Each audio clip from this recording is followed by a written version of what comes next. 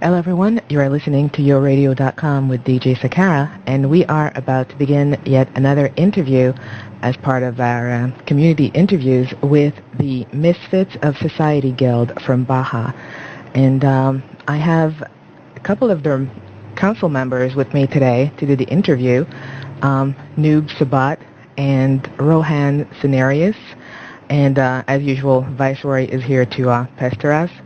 And if you guys want to forward questions or make comments for our guests today, you can join us in IRC, Your Radio channel. You have all the details to connect to our IRC on our website, www.yourradio.com. And before I start the interview, I'm going to give a chance to both of our guests to introduce themselves so that you can recognize their voices. Sorry. And we're going to start with Noob Sabat, if you want to introduce yourself. How's it going? I'm Noob Sabat. I've been in MS for 8 months or so. Yeah. And Rohan Scenarius.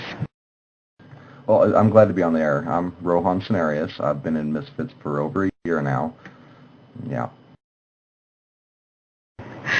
Alrighty, guys. So let's get cracking. I guess your GM could not be with us today, so I guess I will ask either of you, whoever wishes to answer the question, who was the founder of Misfits Society, and how long has the guild been in existence?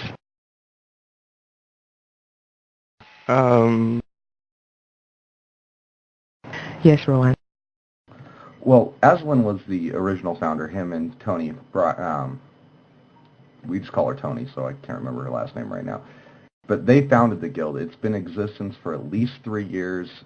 We're still not all that big, but we have a lot of good members.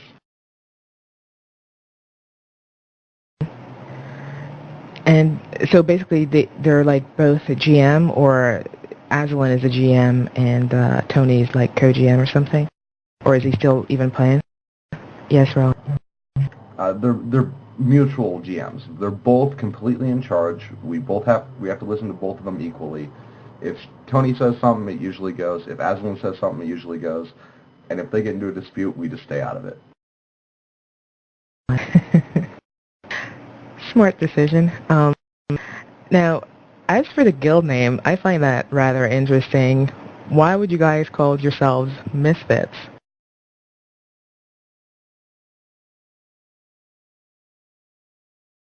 Yes, Noob. Actually, I'm not even sure why we call ourselves Misfits, but yeah, we do have a lot of stick-out people that are kind of crazy, so I guess it kind of goes good with the name. I think you wanted to comment on that too, Rohan. Yeah, I did. Part of it is because we have people from all over, different kinds of backgrounds, different kind of personalities, and we're all basically misfits of society. We all play the same game, and we range from anywhere from 50, 60 years old down to the 14-year-olds. We are not your mainstream society. That's one thing I find interesting. How do you get, such people from such a, wide range of ages to play along and be nice to each other? Yes, Rohan. Well, it's really hard to get people from all different ages to get along, which for council that's even harder because we're supposed to set the example. And most of the council members are anywhere from 20 to 30 years old, not too old, not too young. So we see both points of view. But when we get the 40-year-olds who think they know everything and the 14-year-olds who think they know everything together, sometimes it's a problem. I know the feeling. I gotta deal with it too. But what is your guild about? Are you mostly into PvP, into champ spawning, or mix of all of the above, or what do you do exactly? Yes, Noob.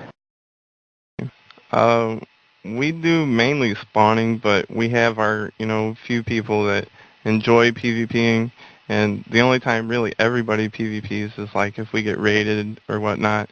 And we have our little events every once in a while too for that. Events such as? Well, we have like every once in a while we'll do like fishing trips with fabled nets and stuff, and then we've been having like auctions and stuff, and I believe there's other stuff I really can't think right now. Okay. And how about the champ spawning? How's that going? Because last I heard, it was fairly heated in on Baja. Yes, Noob. Well, it's been really heated lately since EFL decided to come over to Baja, but we've still been doing our best to pull off our spawns, and we get them done. We have problems every once in a while with EFL or RAR, and there used to be IA, but IA has kind of gone out of commission, it seems. Really? We're going to have to get back to IA in a few. Rohan, you want to comment on it? Yeah, our spawns have slowed down a little bit. We still try to get at least one a day. We don't normally get one a day anymore. We usually get 2 to 3 a week, usually a harrower every week to 2 weeks. And when we get raided, we all pitch in. That's the hardest part for us, is because a lot of us are not PvPers. So, how big exactly is your guild? How many active members would you consider that you guys have?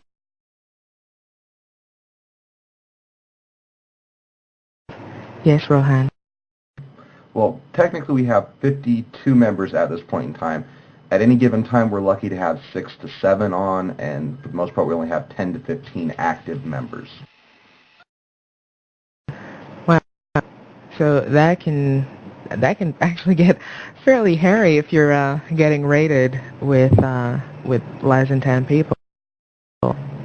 But so basically, do you guys like have any alliances, or do you even believe in alliances? Yes, Noob. We have our little alliance. We call ourselves BAF.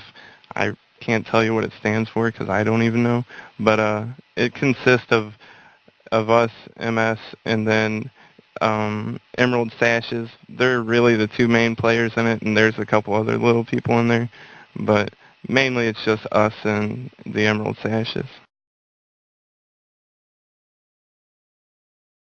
And you were saying that before EFL got here, because we're going to get to EFL in a few, before EFL got to Baja, that you guys were spawning a lot more.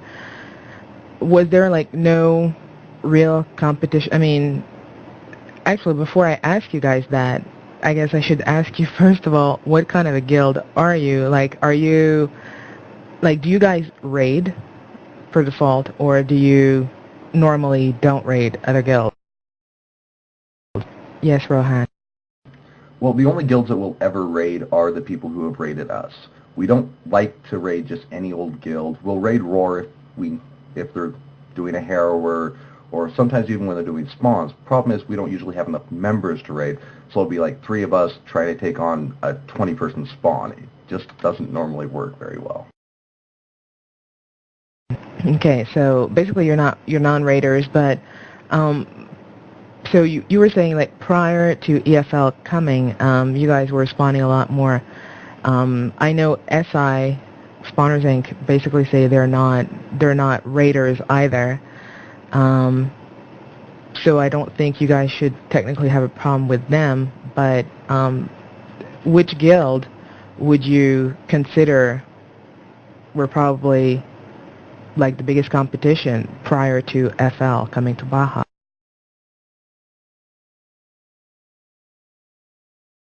Yes, Noob. Well, prior to EFL, our biggest competitions were like RAR and IA, which back in the day they were the cartel, and then they split up and did their own little things, whatever brought that about. Those were our biggest competition, but they're all messed up now. I don't know what's going on with them guys. Well, would you say that prior to EFL coming, things were a bit more balanced, or, were things also kind of out of whack then? Yes, Rohan. Well, basically nothing's really changed for us other than it's a new guild that's going to raid us. We're still outnumbered when they raid us 2-1. It's no biggie, just we like to finish our spawns. Sometimes we don't get to, sometimes we do. It's just luck of the draw.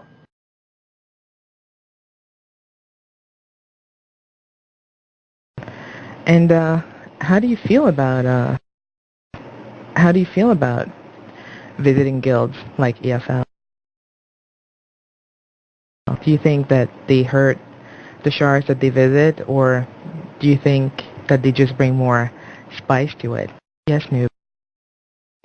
Personally, myself, I like it because, it's new faces, more people, and it's making it a little bit more exciting because, EFL has been, on everybody's tail since they got here, so we've had a lot of good encounters with them, where we go back and forth a while, and it's more fun, I think, than if we just pull it off. No bumps in the road or anything. I see. Rowan, you want to comment about that? Yeah, basically I'm just agreeing with Noob, except for a lot of our non-PvPers, they really started to avoid our spawns because they know we're going to get raided. So we end up with even less people going on our spawns, but we still pull them off.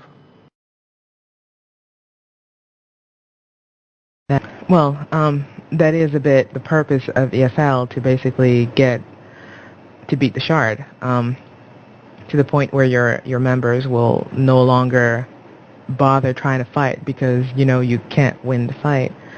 And I guess it's kind of understandable when people start losing their spawns repeatedly. At some point they're like, I'm not going to waste my time with this, even though the word out there is that you guys are about to be relieved from EFL, as they're very likely coming to my own shard. That should be interesting. But with that said, why?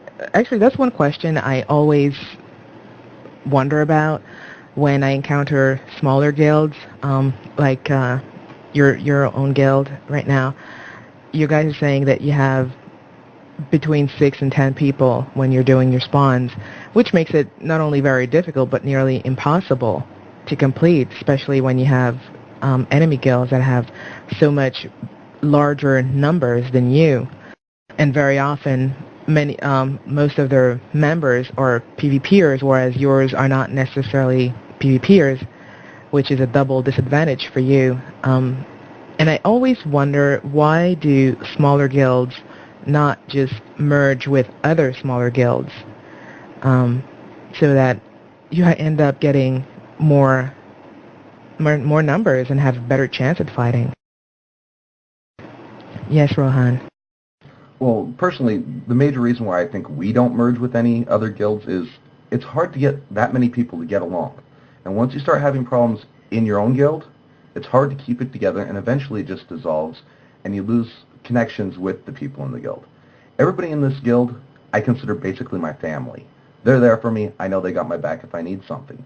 They know I'm there for them. In a larger guild, it's almost impossible to do that.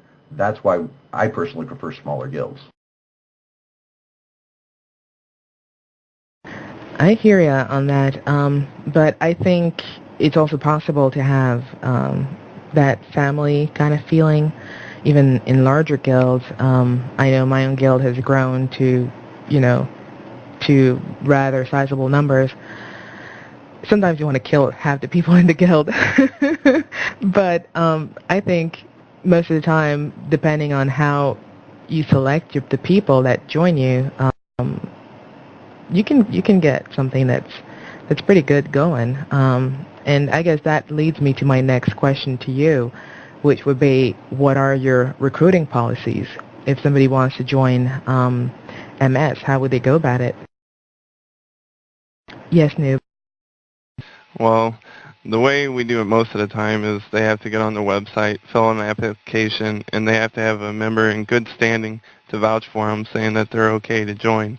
and then once they get in, they're an initiate for like, I believe it's a month. I'm not too sure on that policy, but then the whole council goes to a vote for whether or not they get in to stay, and then we judge them by if they've been doing our events frequently, or how many they've been on, how many they haven't been on, and if they bring something good to the table.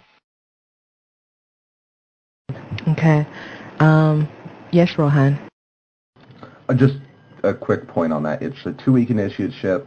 Unless we see that there's maybe problems with them, then we can extend it up to a month, month and a half, just to be sure of the person.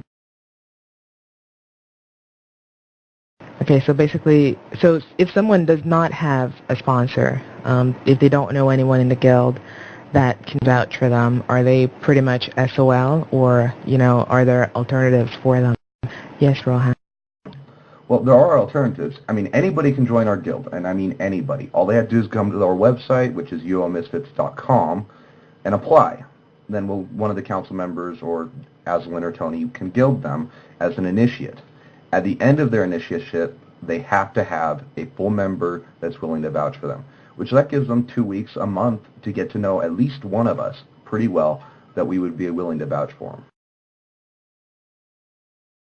them. And so basically, it's your interaction with the other members that will give you a chance to get that full member stamp on you. But, basically anybody that asks, the moment they ask, they're gilded, even as recruits, but what do they have access to? Because you do know that there's plenty of spies out there, even though usually spies go for larger guilds, but regardless, do you give them access to, like, your TeamSpeak or whatever voice chat system you use, your UAM, your forums, etc.? Yes, Rohan. They don't have access to all of our forums. They have access to our initiate forums, most of our event list, and our TeamSpeak. But if a person gets kicked out of the guild due to, as you said, spying or other reasons, we'll just change one of the passwords on our TeamSpeak, and no longer a problem with them. I guess that works too. And well, actually, I was going to ask you what your well, actually, no, I do want to ask you this. What if a member of an enemy guild suddenly comes to you and says, "Hey, I'd like to join"? What do you tell them? Yes, Noob. Well, if we know for a fact that they are an enemy guild, we normally don't let them into the guild, just for the simple fact that they can get to know, they're going to know our schedule for whatever time period, and then, we're going to have more troubles than it's worth, so we don't even bother with that all drama stuff. I see what you mean. Rohan, you want to comment on that? Yeah. Now, what Noob says is generally correct. However, we have had members of enemy guild join our guild. In fact, we had one as an initiate for almost 2 months. He wasn't able to become a full member because he was still a member of an enemy guild. Now we are allied with that, almost allied, because they're a faction guild. We just have our own faction that's allied with them. So we're working together with them now because of this member. We have taken in people from other guilds. We just require that they not still be in that enemy guild. And they have to have someone that can vouch for them, saying that they are still a good person, that we can trust them. Even then, it's still a little iffy, and we like to do a little bit to make sure that they're being honest with us. Yeah, that's usually probably the biggest problem when you have an enemy that wants to jump ship. I know most of the time I want to see them out of that previous enemy guild before I even consider letting them into my own guild, and preferably for a certain amount of time.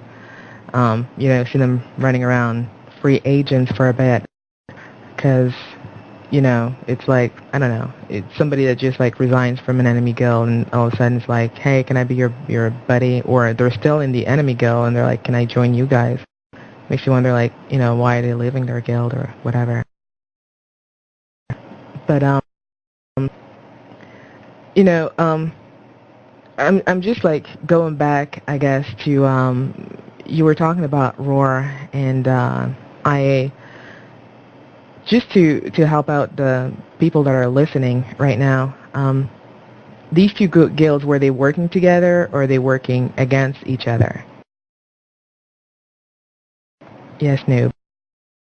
I guess on certain fields, it's kind of a little bit of both. Like if they both come to a spot that we're spawning or something, they'll team up. But like on other circumstances, like if they're in U or something, they'll battle out. They'll do their thing against each other.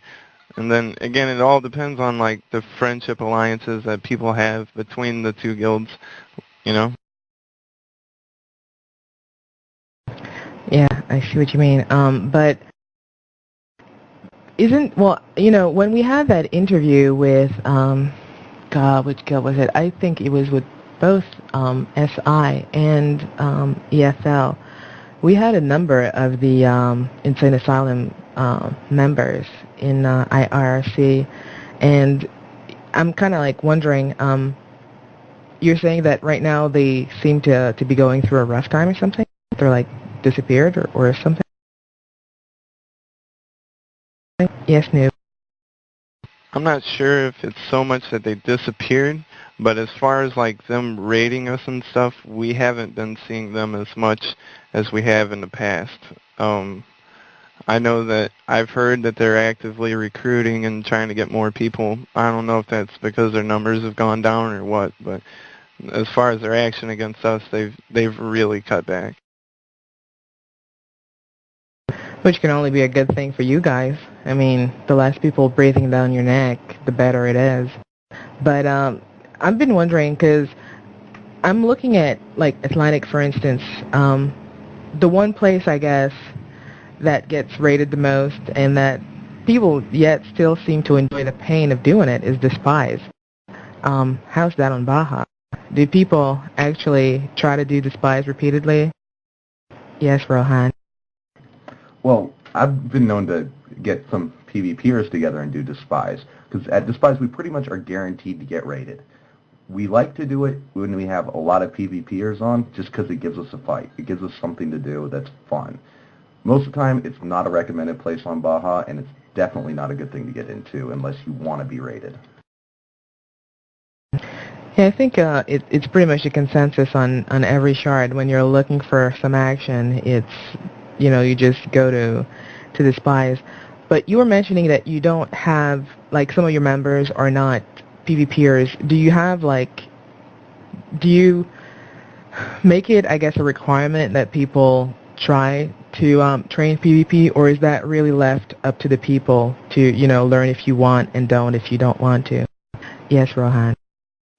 It's completely left up to the people. However, if you are on a spawn with us in our guild, we do expect you to try to help at that spawn. Any other time, let's say I'm getting attacked by 4 EFL and you, and I do it in guild chat, no one shows up, that's fine, I expect it. Maybe there's no PvPers on, maybe they were doing something else. It's just the way it is. But if I see another MS member there, and they're getting attacked, I'm going to go help them. It's just PvPers, PvP. Our PVM players don't have to.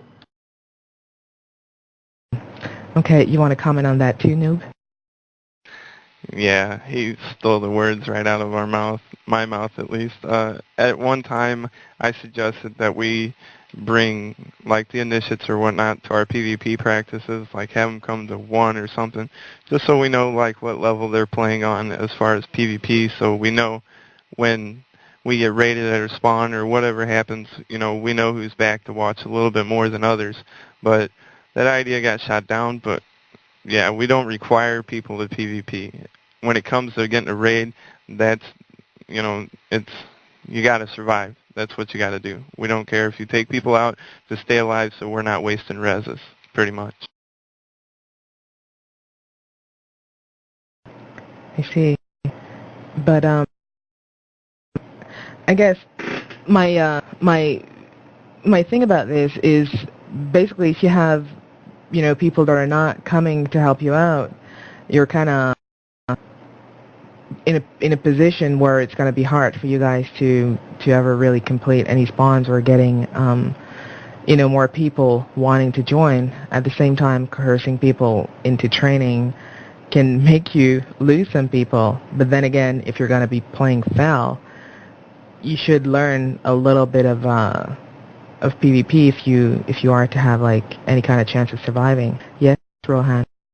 Well, like Noob said, we do have PvP practices where they can learn to PvP if they're not very good. We just don't require them to come help us if they're doing something else. We don't feel that we should require our members to drop everything they're doing to come help us at a spawn we decided to do. Now, the people at the spawn are expected to help. That is one of the things we do expect. But we just don't have the PvP pool of people to, have guaranteed raiders to come help us or defenders to always be there. We're still trying to put together a group of people that if they're online, they're expected to show up. That's the MS Raiders. We're still putting that together. It's a new thing for us. We haven't really gotten it quite together. There's a few members in it, though, that'll always show. Okay. Actually, I was wondering, do you guys put any kind of importance on your members getting some of the virtues? Things like compassion and sacrifice. Because, those can really help a lot. I know, personally, I breathe down the neck of my guild members so that they get both, at least compassion, more than sacrifice, I guess, even though I can be a real nag about sacrifice too, but compassion is totally for the win. Yes, New. I'm right now, and I don't know if it's going to be in the future or not. We don't have anything about them gaining their virtues. And really, the main ones that we got, the common sense ones like valor and stuff. We got our people for justice, for the protection, and other than that, if people want to work it up, they can work it up, but we don't make them. Okay. No, I just think, getting res with 80% HP is just the bomb, especially when you're getting raided. It helps you, get up and running so much faster. I'm a real nag about that, personally, but that's good. And how do you feel about the current state of gem spawns right now, the gem spawn system? Do you think, it's well overdue for to get some love from the dev team, to get some new stuff added to it, for it to get revamped, or do you think it's good as is? Yes, Rohan. For the most part, I think it's good as is. I would like it if the creatures actually spawned a little bit quicker. Most of the time I'm running around on my Dexter, I can't find enough stuff to kill. So, if the things were to spawn just a little bit quicker, I'd be happy. I know they had boosted that for a while there. It is spawning a bit faster than it used to, but don't you think with the way they changed the AI, it might get hairy? Especially, like, probably the example I give the most is the one, the Semidar spawn. I think it's probably the spawn I hate the most, especially level 1, because of the darn imps that just like try to paragank 24/7, and that just like all of a sudden every single one of them target you at the same time, and they just like cast like there's no tomorrow, and you just fizzle and fizzle and fizzle like oh god. It drives me crazy. But anyways, yes, Rohan. Well, with the demon spawn Semidar, it can be a pain, especially if you're a lone Dex just trying to run around the spawn killing everything. What you can do, though, is get a couple of Nox mages to set up poison fields and earthquake, and just have the Dexter run through. You can kill off 3/4 of an area of the spawn in a matter of seconds like that. It works really great with the new Demon Slayers that they added in, and you just get a couple people with Taskmaster cross healing. You could take out 90% of the spawn in just a few hits. It's really kind of easy to get around if you have the people that work really well together and you don't try to just take on the entire spawn by yourself. True. And, how do you feel about the new changes they've made, like, especially like with Exorcism, getting rid of those ghost cams?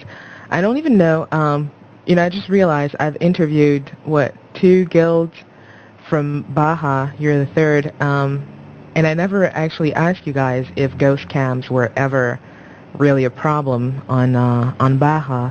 Um, I guess, when you have a guild like EFL that basically raids systematically pretty much every single spawn they see, I don't know if they use ghost cams, but has that, the ability to get rid of ghosts, has that improved things for you guys in any way? Yes, Rohan. Well, prior to EFL, when Exorcism first came out, I remember dying at the altar at one spawn and seeing 5 ghosts not of my guild. To me, that's just wow. I mean, why is there 5 ghosts there? About 5 minutes later, we got raided by 3 different guilds. It happens. But I think Exorcism has cut down on people willing to do ghost cams, and even if they do, we usually have a necro. Yes, Noob. And now all it's really done is it's encouraged people to take up hiding and stealth and stuff like that. Because really nowadays I don't ever see that many ghosts when we go out spawning anymore. But we still get our raids, so it's just changed. It's just changed their tactic of spying on us. That's all it's really done, I think. Yeah, I have to say that the darn stealthers are driving me crazy. But did that encourage you guys to get detectives more at your spawns? I think a lot of people are still lacking quite a bit on that. Even my own guild, we do have a few detectives, but it's like we never seem to take them to the spawn, which would actually help. Most of the time, we just end up saying, "Whoa, I just ran into something." And we're like, was anybody stealthing around so-and-so like just a few seconds ago? And if they go no, we're like, okay, we're about to get raided. But yeah, I like, do you guys actually bring out some of your detectives? Yes, Rohan. Well, not normally on spawns, but a lot of times on like harrowers, we have our defense, and then we have a detective doing detect hidden, and then we have them either revealing or poison fielding where they know the person is. We really don't have that many. We have like 2, maybe 3 all total that are GM, nothing big. We don't use it unless we're on a harrower. Yeah, actually, we're going to get back to the whole Harry thing, but actually it seems to be, to me at least, that there's, on Atlantic, there seems to be less stealthers at Harry's now, except for the stealth archers that are a real plague. That's another debate. Yes, Noob, you wanted to comment on this? I just wanted to comment on the stealthers. I have a serious issue with you guys. More power to you that you've figured out that little tactic and whatever you want to call it. But man, those guys bothered the heck out of me. Which one, the stealthers or the detectives? No, the stealth archers or whatever, because there's like 50 of those at you, like at all times. I was gonna get to that. I was wondering if you guys also had, quite a bit of activity in you. And I know personally, I stopped bothering going to you because of the stealth archers. I think it's just plain retarded when your screen goes black before you've even realized what was going on, and all you see is like for half a second the name or 3 or 4 red archers that just like went right back into hiding, and you're like, dang, that's insane. Yes, Rohan. Well, I try to stop by there at least once a day, but my Dexter's a little parry gimp with 45 DCI, so I don't normally die. Sometimes I do, usually when there's 3 of them, but they do get on my nerves, definitely, and it has cut down on our going to you. I mean, I used to go 2-3 times a day when I had the time. Now I go like maybe once. It has cut down on the amount that I go there. Yes, Noob, you wanted to comment on that too. Yeah, I frequent you on and off during the day. I'll swing by every like hour or so, but there's just this one house for factions. I believe it's a comm faction house, but you go running up there, you'll be chasing one archer, and then all of a sudden you just see like 10 red names, everybody shooting an armor ignore. It's crazy on Baja. I mean, it's just actually I don't want to get like too deep into UML just now because I do want to ask you guys a couple of questions about that. But I really do hate archers with a passion, especially the stealth archers.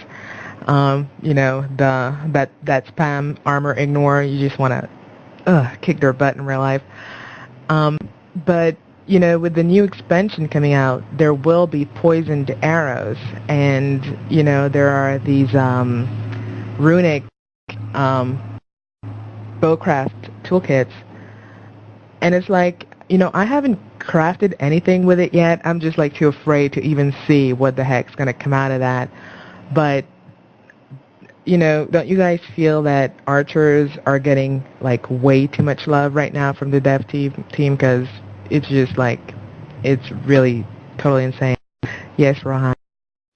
Well, with the new expansion, archers are going to be pretty gimp because I've created several characters, made several of the runics on beta, and some of the bows are obscene. We're talking 80, 90-point hits without doing armor ignore. I mean, I prefer Bushido on my archer, so I'm running Lightning Strike at 80 points plus Fireball and Velocity. Sometimes I'm hitting 112 on a person in an all-70 suit. To me, that's just wrong. Oh, wow. Oh, wow. Now you just gave me nightmares. Oh, my goodness. Wow. Okay. Holy cow. Yes, Noob, you wanted to comment on that. I'm sorry, I'm in a state of shock right now. Jeez. Yeah, me too. That makes me want to cry, but like he was saying, with all that crap, I swear a dev team is nothing but archers if they play this game. It has to be. Yeah, but, it's like, I'm far from being the best PvPer out there, like seriously far from it, but, I can throw a heal with the best of them, and, I'll throw Flame Strike and I'll make plenty of insurance money. I kind of have this way of getting the kill shot, but, I could be elite PvPer if I were to just make myself a GIMP AI archer and, just start poning people left and right using really GIMP tactics. I'm just like against it. I don't believe in winning at all costs, and I see certain guilds, like there's one red guild on Atlantic. Oh God, how pathetic. Like all they ever do is just like majorly gank with like a bunch of archers that just like stealth around and all hit you, like 4 or 5 of them at the same time. And it's just, I think it's plain wrong. Like there should not be one template that is so unbelievably powerful. I mean, I wouldn't feel as guilty using it if I'm defending my harrower, but for everyday battle on the field, I just think it's plain wrong. Yes, Rohan. No, I've never met an archer, period, that can't be killed by either a mage or a dexter 1 versus 1. But I have seen them go in 2s or 3s, and they can't be beat when they're in groups like that. It's really hard to create a group tactic that works as well as archery, which is to be expected because archery is supposed to be done in groups. Throughout history it was. But they need to mellow it out because as it is, I've got a Bushido archer that runs 70s without any of the new stuff. I'm worried about what it's going to be, when the new stuff comes out, and I'm rolling 112 on people with Lightning Strike. They really need to fix it. I've honestly considered quitting the game because of GIMP archers. I still love the game. I'm going to wait until the PvP rebalance is done before I decide anything on that. Yeah, well, the problem is, beside the insane damage, the other thing that personally bothers me is that even on my mage, first of all, the archers fire a lot faster than a mage can cast. If they have like really high dex, and which is also a problem that we see often with the dexers. If you have all the right artifacts and all the right gear, you can be like really high, like have like in excess of 150 dex, which means you're healing at 2 seconds. And if your innate and healing is really high, you heal a hell of a lot of points. Whereas a mage takes like 3 seconds, if not more, to cast Greater Heal, and can get disrupted, for whatever. And, I'm like, when you're faced with an archer that's, shooting at you from a distance, not only do they disrupt you if you were trying to cast something, not only do they hit you for like 70 plus damage with armor ignore, but on top of that, they deplete your stamina, so you can't even, run a screen off or something so that you could cast something or whatever. So even 1 versus 1, especially versus a mage, an archer will pwn you, and I think that too needs to be toned down. For sure, as you were saying, archery was meant to be more of a group thing, but dang, it's kind of crazy. Oh well. Any other thing you feel that needs to be balanced as far as PvP is concerned? Any other classes you consider overpowered? Yes, Rohan. Well, I was in a 1 versus 1 battle the other day, although I can't really call it a battle considering he blood oathed me with a 100% reflex suit, and I killed myself in 1 hit. There's just something wrong with a person being able to kill you in half of a second. I mean, a red can run up, blood oath you, and kill you before you can call guards, even if you have your finger on the macro. I have a problem with that. Yeah, that happened to me a couple of times, and I was like, what? That was, yeah, well, the whole honor thing is pretty insane, too, so, I don't know, it's just, I don't know, it seems like all of you is headed towards that one-hit kill thingy, where people can just totally mess you up before you even realize what's going on. And it's not just not just the players, but it's also the creatures. I guess people take it better when, this happens to them when it's a monster attacking them, but, it really does happen a lot, both monsters and players, and it makes you go, And actually talking about that, monsters doing insane damage. I guess, Rohan, you have been playing the beta. I don't know if Noob has played it too. By the way, people are listening to me calling you Noob all the time. It is his name. I'm not dissing him at all.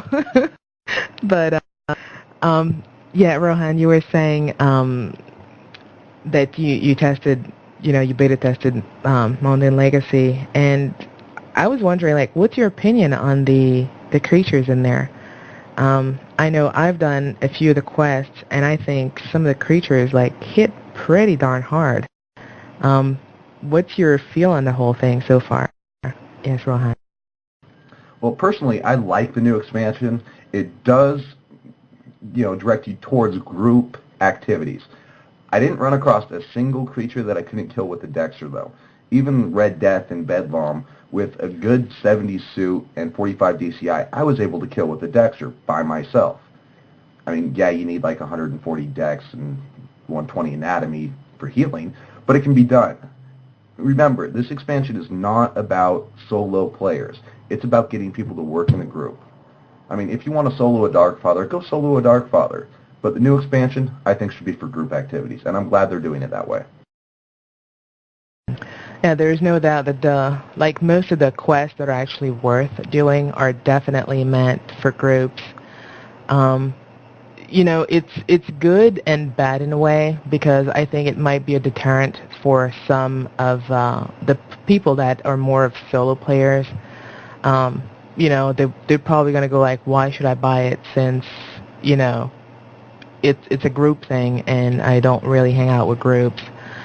But there are certain creatures, God, I'm trying to remember the name. I keep forgetting the name of that creature. It's, it's the rehued crocodile. It looks like black or shadowy color. And that thing hits you for about 70 to 80 points per hit, and it moves really, really fast. You can find it in the Dryad dungeon. And, I'm looking at that creature and I'm like, whoa. Why so much damage? It's it's not even one of the bosses, and we're talking about a 2-hit kill here, even more if you don't have a 70 physical resist suit. So I'm like, what's up with that? Yes, Rohan. Well, if I remember correctly, the creature talking about, it actually does AIs. A lot of the new pure list monsters, as they're calling them, are special moves. If it's a mage, bone mage, it can do necromancy spells instead of just magery. The alligators can AI, some of the creatures bleed, some of them dismount. It's really a great thing in my opinion, but you gotta watch out for creatures like that because they can kill you in a full 70 suit with 70-point hits, two hit kills from a monster. I love it. I see you love pain. That's good to know. But I guess it is their way of introducing new AI. And if you're looking at it, as you're saying, as a group activity, it's pretty cool, especially in the sense that it forces people to, to really work on cross-healing and stuff like that, even doing the boss, because I remember trying a couple of the bosses and it was like, oh my goodness, like you're definitely not doing those alone. And even as a group, chances are you're going to get wiped out. And, some of them can be really interesting, like the dryads that just like piece you forever and ever, pretty much as bad as the pixies, paralyze you. But I don't know.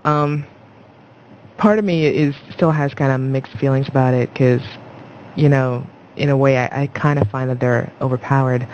But I have a question for you here from one of the listeners. So we're kind of going to jump into a different topic and then come back to UML. He wants to know if MS has any archers, if you guys have any stealth archers in your guild. Yes, Rohan. As far as I'm aware, we only have one stealth archer who happens to be a tamer. The rest are archers that do not stealth, do not hide, who just kind of run around. Now, I may be wrong on that because I think one of our members is building one, which that might work out, but I'm still not sure on whether or not he's actually going to do it. Okay. You were going to say something, Noob? As far as I know, I didn't even know we had one, so that's news to me. But we do have regular archers in our guild that I know of. Okay. And alrighty. Well, going back to UML, there are champ spawns in the Trammel rule set that are going to be introduced, and even though they don't give out power scrolls, do you think this may drive your guild away from Felucca doing those spawns, or do you think that would not really have an impact? Yes, Noob. I don't really think it will. I mean, I'm not a beta tester, so I don't know anything of what you guys are talking about except for what I've read on the web pages. But I don't know. It'll kind of discourage me because I'm a red. I can't go to a Trammel set to do a spawn, which I thought that was the whole point of spawns, was to keep them in fell. But that's me, I guess. I see what you mean. Rohan, you were going to say something?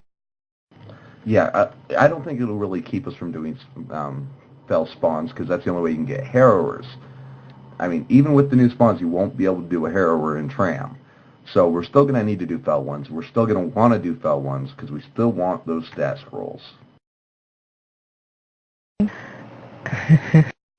what you mean. I'm just wondering, like, is the market, like, really any good? But before I actually ask that question, I think Noob wanted to make another comment regarding that. Go ahead, Noob. Well, do we need those new skulls to do a harrower, though? Because I don't know anything about it, but do you? No, well, actually, the UML champ spawns are not related to power scrolls at all. Everything that's power scroll related will remain in FAL. So they really will not affect each other. As I understand it, I actually haven't done any of those champ spawns because I didn't have enough people with me to actually go and do one. But I would definitely love to try one out and see what drops. My understanding is that it's artifacts or something that drops from it.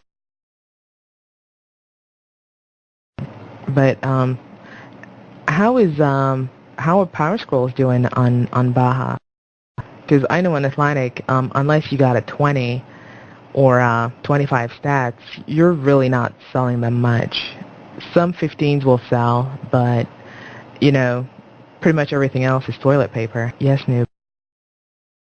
Well, I'm not sure about the Power Scrolls, but like the Stat Scrolls, 20 is like the bare minimum that I've ever really sold. Like the 15s and below, I think I've got a collection of those that you can't sell them for nothing. Like I'm tempted just to throw them down at the bank and watch a bunch of people that don't do that stuff just dive at them and see what happens. Yeah, that might be an alternative. But how often do you guys actually do harrowers? Yes, Noob. Well, we try to do one a week, but it doesn't always work out that way because we don't like to take a big risk because we got to have a pretty good sized group to go do it because, you know, it's a horror. People are gonna be jumping when they see it. But, you know, for Harry's, since you don't have like all that many members, do you guys like, you know, when you want to summon a Harry, do you contact friendly guilds and ask them if they would, you know, if they wouldn't mind come defend, something like that? I think I have someone from SI that was saying that, you know, they would come help you guys, you know, if you were doing a Harry and needed help. Yes, Rohan. Very rarely will we actually call in any other guilds except for the ones in Bath. SI, if Roar's raiding every now and again, but not so much anymore. In fact, I haven't heard of us calling them in probably about 2 months now. Even when we're getting raided, even when we're outnumbered, we usually end up just keeping it to ourselves. Even if that means losing all the dub.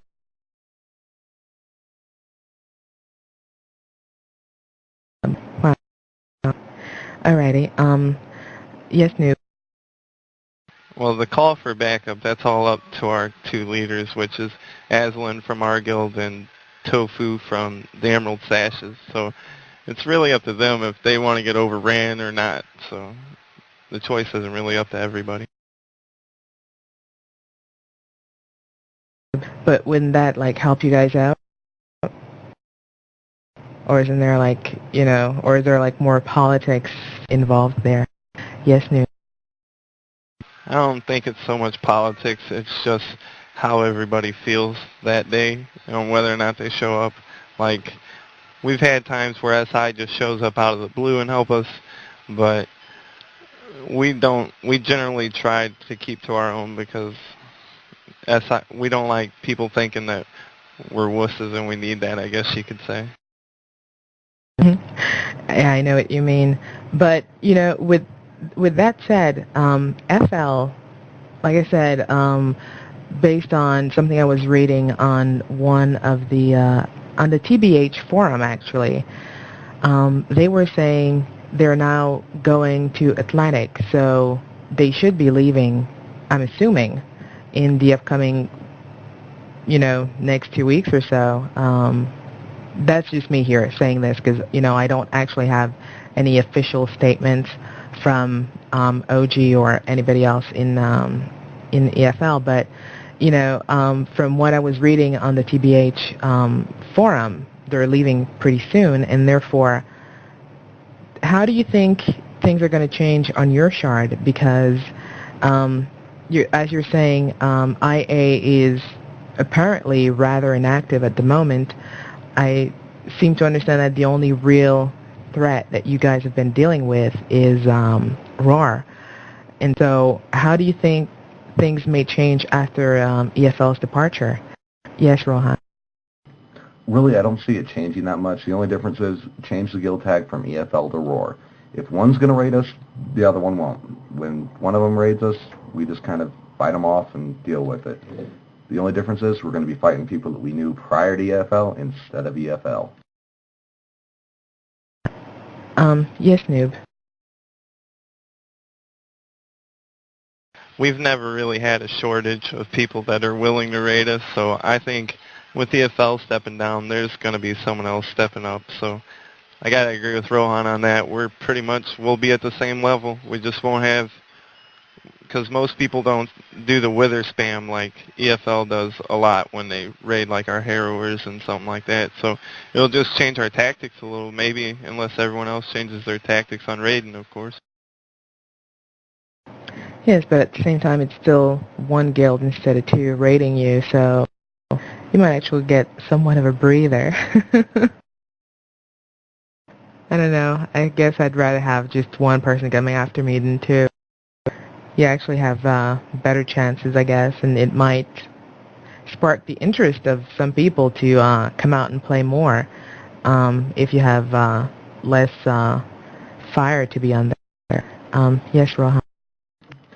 I really don't see it cutting back on our raids at all. If anything, it'll increase them because they won't be fighting amongst each other. I've watched EFL raid us, get attacked from Roar run them off, and then attack us.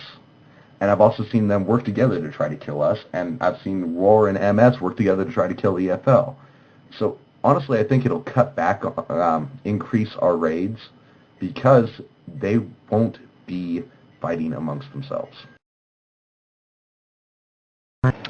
True. That's also another good point. Actually, Roar's rank might end up growing because of this. But now I have a Viceroy that wants to ask you guys a couple of questions. Go ahead, Vice.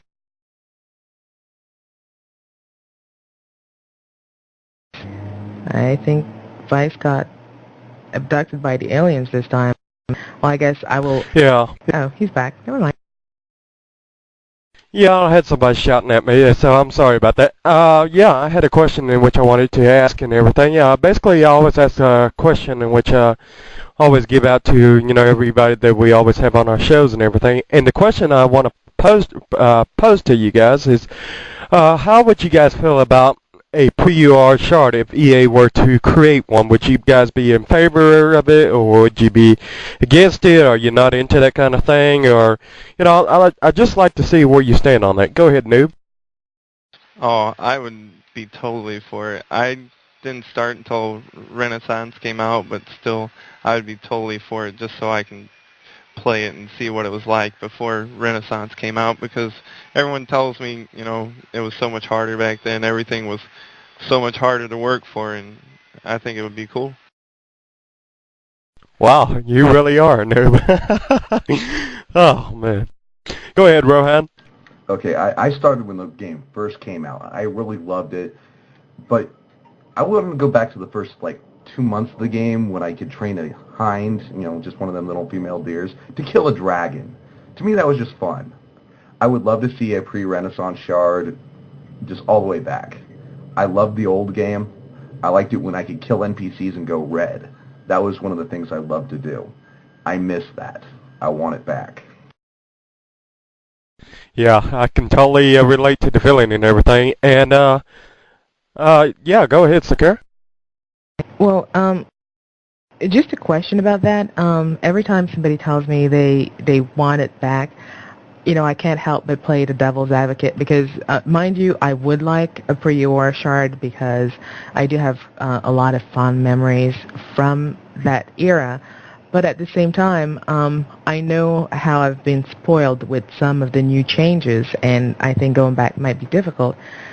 And I don't know what kind of suit you currently have, but I know I have a 7E resist LRC LMC suit. Now, I'm kind of addicted to that suit, especially the LRC part of it. Do you think you guys would miss that stuff at all, or do you think it would just be like a minor sacrifice to make? Yes, Rohan. Well, I know I would miss it, but I look back, I remember my full plate of Invuln with my Vanquishing Christ.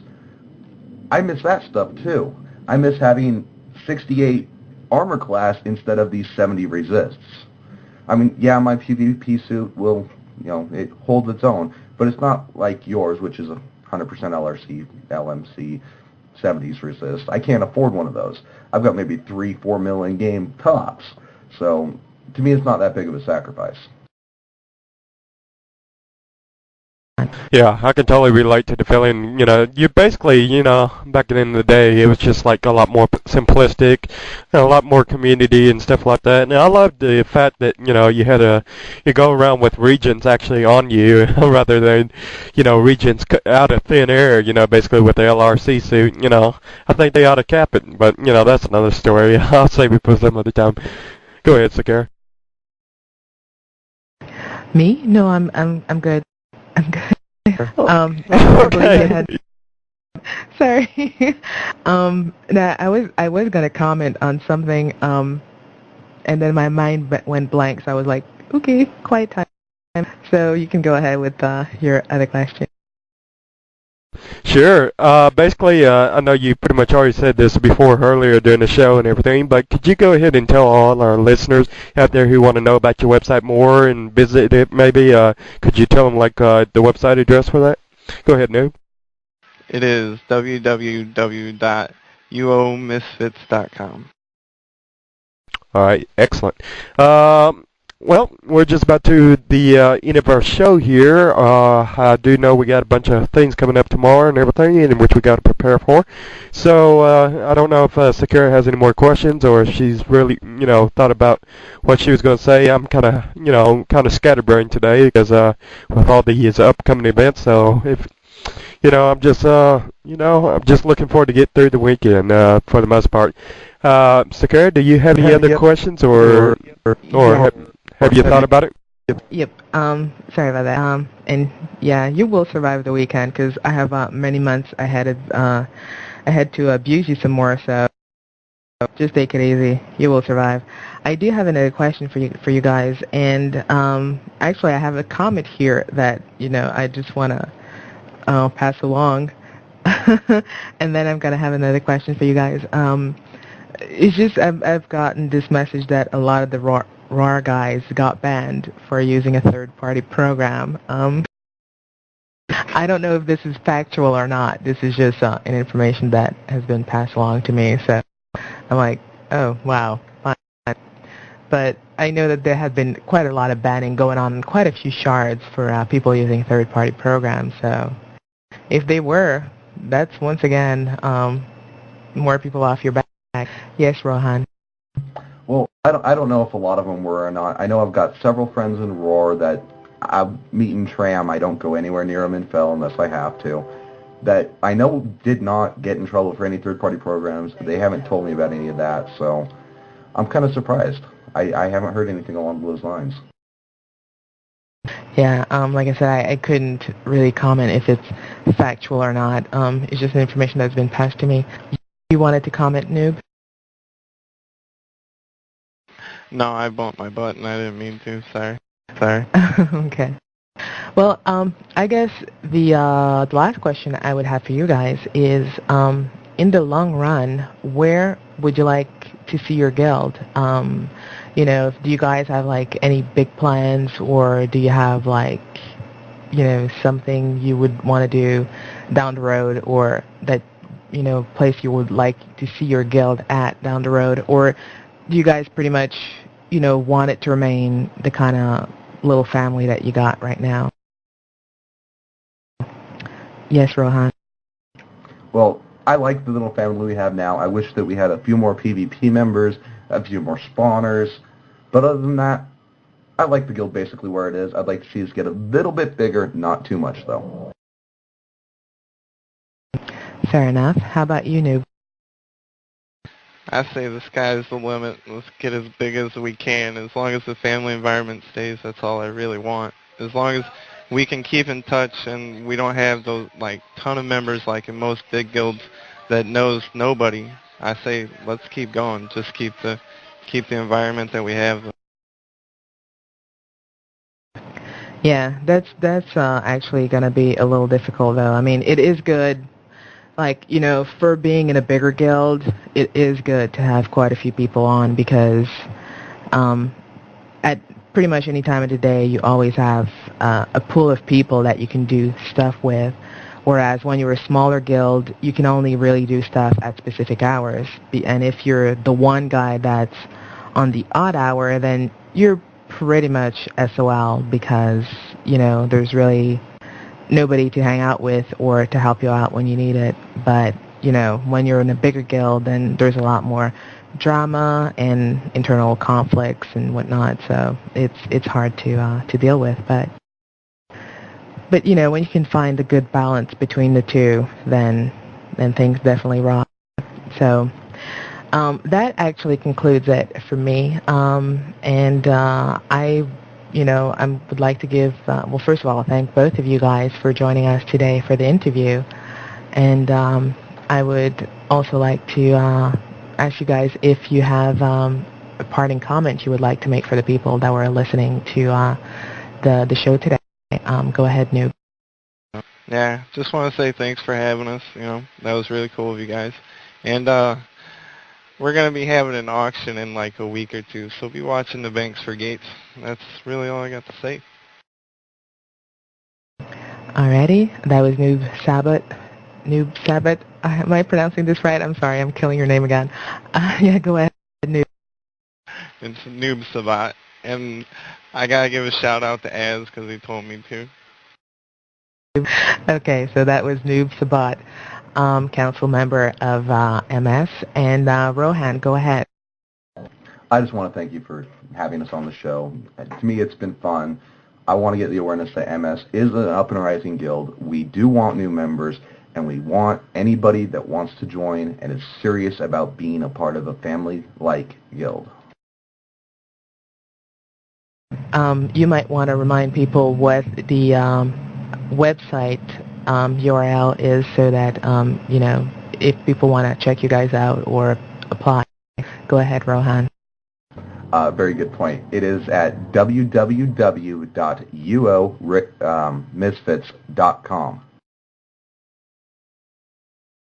Alrighty. Well, thanks again. It was Noob Sabbat and Rohan Scenarius from the Misfits of Society Guild on Baja. Thank you very much for joining us today. And for all the people that missed the beginning of the interview or that missed it altogether, you can download it. Well, it will be uploaded at some point later on today.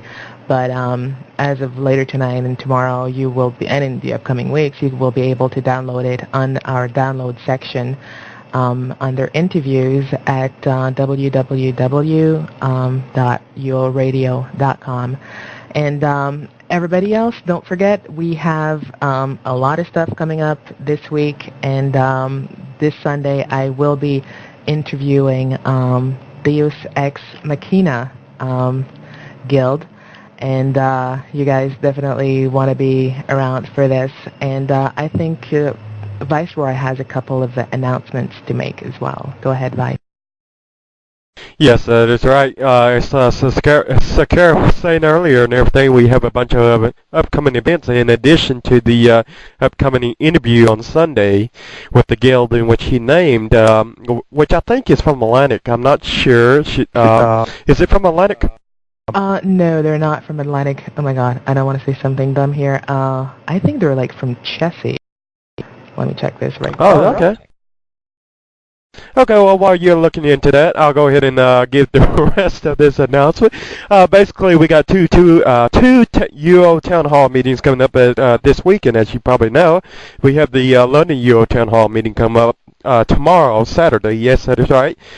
We tried our very best to get it to where we could actually broadcast live for the UORadio.com radio and everything, so we could bring it to you live. But unfortunately, the location what you're having the event at, it doesn't have any internet at all in the area, and so that was a real big downer and everything. So what we're going to do is we're actually going to record the UO Town Hall meeting, and then we're going to have somebody rush it back to us in about 1 or 2 hours after it's over with, and then we'll play it live on UO Radio. It won't be live, but we'll play on UO Radio, so that way, most of the people on the other half of the world can pretty much tune in and listen to it. I don't know exactly what time we're going to be doing it, just whenever I get the file. So you'll definitely want to, be tuned in throughout the day, be in our IRC chat room and everything, which is ircstratics.com. And then, port number 7000 and the channel is Euro Radio. So, come over there and, that way you can keep an eye on things. And then on Sunday, yes, we are actually going to be broadcasting live the Berlin UO Town Hall meeting from Berlin. Yes, that's right. We're also going to be recording it and bringing that to you live. And so I think you'll have to actually get up pretty early for that one. If I'm not mistaken, you're going to have to get up around 8:30 Eastern Daylight Time, if I'm not mistaken. And well, I could be wrong about that, so you might want to get here a little bit earlier. Somebody told me I was off by 2 hours or something on the times or something, so it may be as early as 6:30, but I'm going to be up early. I'm going to have the coffee brewing and everything, so definitely tune in for it, all right? Because we will be doing that live. Sakara, did you ever find out what show they're going to be on? Yes, it is indeed from Chesapeake, Deus Ex Machina.